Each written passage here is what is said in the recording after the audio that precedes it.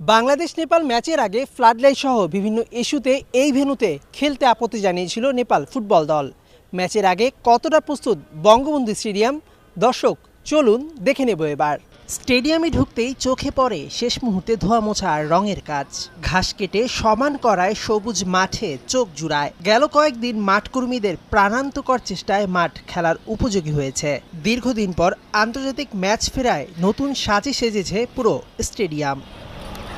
একপাশেই বল বয়দের দুই দলের পতাকা হাতে রিহার্সাল, তাদেরও আনন্দের কমতি নেই। ম্যাচটি সরাসরি দেখানো হবে টেলিভিশনে, সেজন্য সম্প্রচার কাজে সম্পৃক্তদের ব্যস্ততার অন্ত নেই। অত্যাধুনিক 10টি ক্যামেরায় ধারণ করা হবে এই ম্যাচ।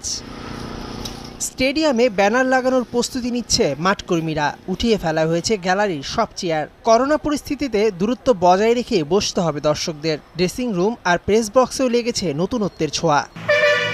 খেলা উপলক্ষে জীবাণুমুক্ত করা হয়েছে পুরো স্টেডিয়াম। ম্যাচের দিন স্টেডিয়াম এলাকায় যানবাহন চলাচল ও দোকানপাট বন্ধ ঘোষণা করেছে কর্তৃপক্ষ।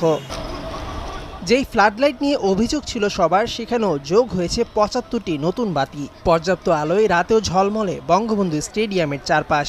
তবে জায়ান্ট স্ক্রিনের সমস্যা পুরোপুরি দূর হয়নি। দীর্ঘদিন পর খেলা ফেরায় উত্তেজনায় ঠাসা বাংলাদেশের ফুটবল প্রেমীদের মন। আমি বিক্রমপুরতে অধিক আগ্রহ নিয়ে খেলা দেখতে এসেছি। কালকে বাংলাদেশ অবশ্যই ভালো খেলবে এবং আমরা জয় নিয়েই বাসায় ফিরবো ইনশাআল্লাহ। দীর্ঘদিন করোনার কারণে যে মানুষের ঘরে বন্দি থাকা, এটা কাটিয়ে ফুটবল মাঠে ওইটা সবচাইতে আকর্ষিত একটা বিষয় হয়ে দাঁড়িয়েছে। চেয়ারগুলো একটু অপরিষ্কার আছে, এগুলো পরিষ্কার করতে পারলে দর্শকরা খুব ভালোভাবে এবং পরিচ্ছন্নভাবে খেলা দেখতে পারবে। খেলার টিকিট পাওয়া যাবে মতিঝিলস্থ বাফুফে ভবন ও বঙ্গবন্ধু স্টেডিয়ামে। ম্যাচের ভিআইপি গ্যালারি 500 ও সাধারণ গ্যালারির টিকিটের দাম 100 টাকা ধরা হয়েছে।